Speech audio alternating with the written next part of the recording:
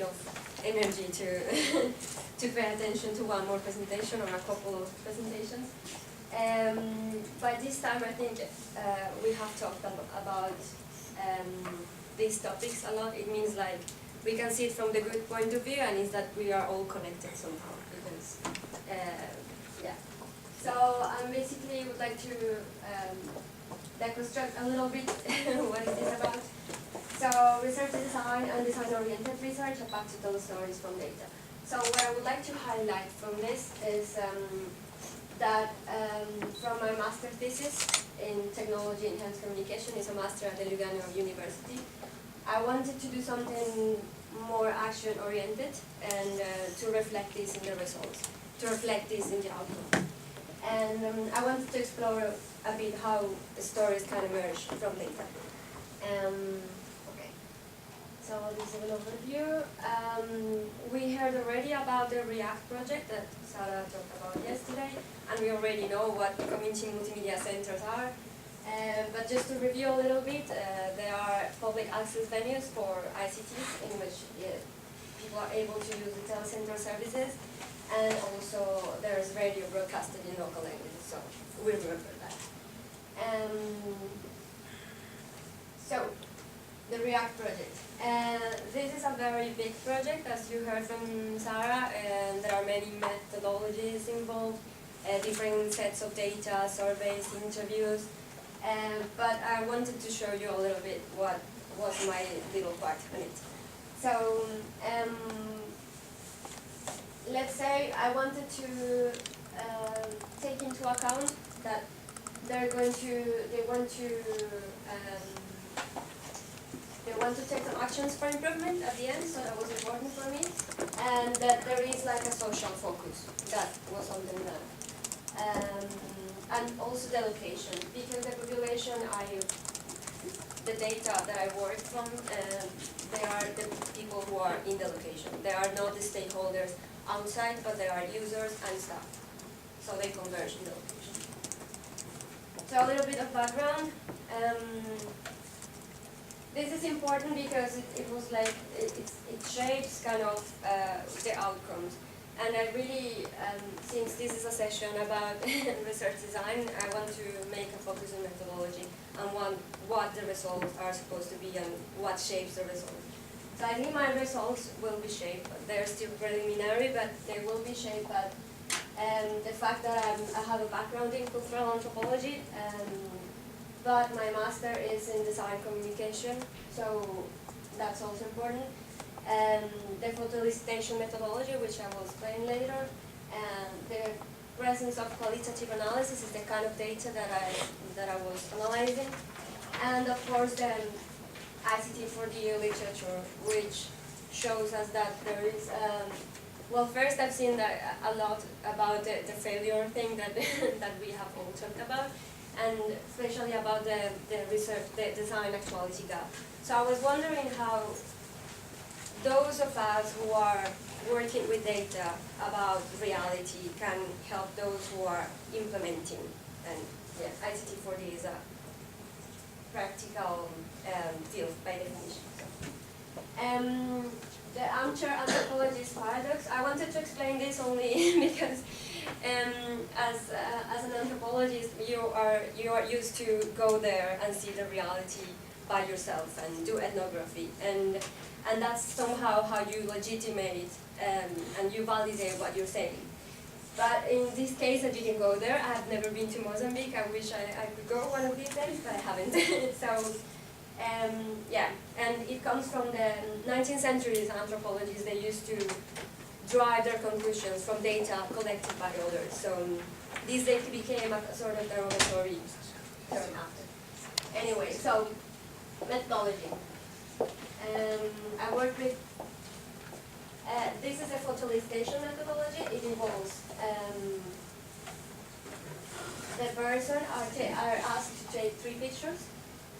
One about the positive aspects of the CMC, one about the negative aspects, and there was third questions. There was what the CMC represented for the lives. And after, they were asked to verbalize based on those pictures. I focused on this part. I mean, of course, I have some impressions about the pictures, but in a systematic way, I focused on the textual part. So, my research question is, what are the main positive and negative aspects, perceptions of staff and users of CMC in Mozambique? And it's an open research question in the sense that it's a what, it's not a why or a how, because we have qualitative data, so it has to be a very bottom-up from the data. What is there? So I try to see what is there. Well, some data about, some description of the data. I just wanted to emphasize a little bit that we have data about the whole country somehow, because it's represented in the 10 provinces. But we have some more from some regions, so that also involves how, let's say, affect how you drive the conclusions. I also, realized or wanted to take into account this contextual thing. Okay, so I can jump to the to the end. Just that the CMCs are not really one model, but they only have in common the photocopy and gradient. I have some results from demographics and, my methodology steps.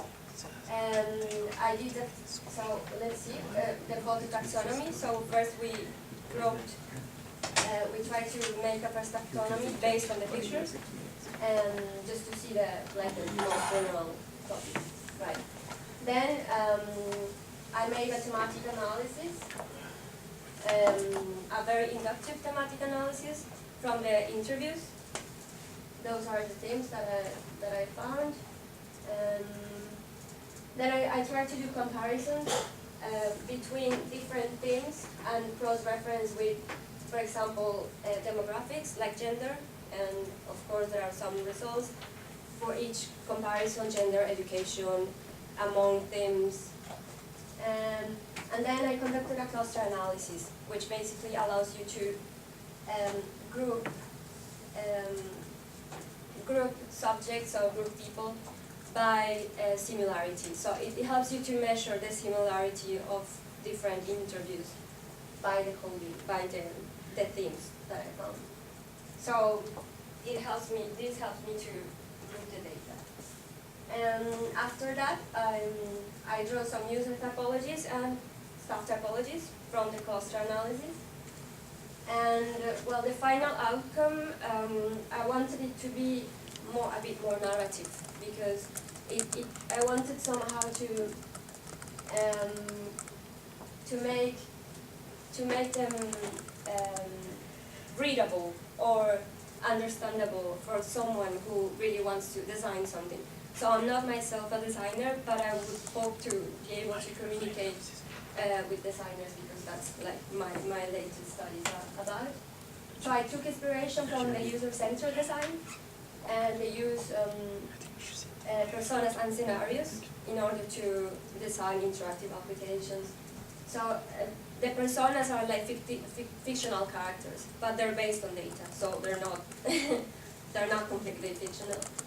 And the scenario as well is how they use this technology. So I came up with this point of view personas because I actually see what they can see, and I have their voices. So this is just an example of the point of view personas and how they help me to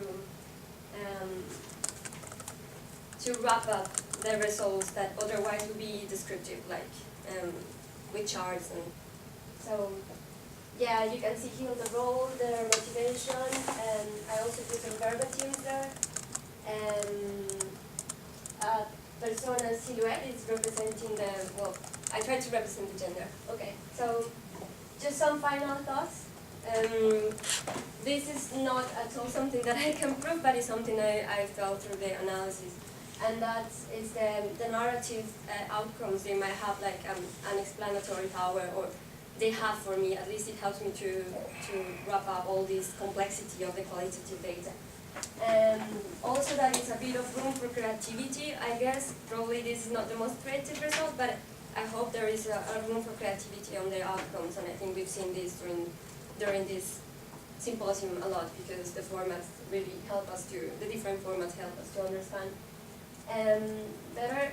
And just, yeah, I still have the question of how to arrive to usable outcomes from research, something that we can share among different practitioners. Okay. Thank you. So, I can receive only one question, short question. Any question? No. You're restricted. Thanks a Paolo? lot. Paolo has one question. I don't like to. I mean, I find that the methodology, the design of the methodology, extremely well thought out and well structured. And then I like the fact that the final product, I think, is very original. The personas with the verbatim and just bringing about the role of a researcher is to understand a complex reality and make it readable and understandable to someone that is not so much into the context as you were by reading all the quotations. So I think that's really, for me, is inspirational to see that. I think it's useful, as you said, for someone who wants to go and design to have that kind of information about the context as a base to build on. So kudos. Thank you, Lucia. No more questions so far. I want to manage. Sorry, Lucia, because we have, sorry. So we can move to next presenter, Mr. Anand. Let me tell you that here Professor Sharon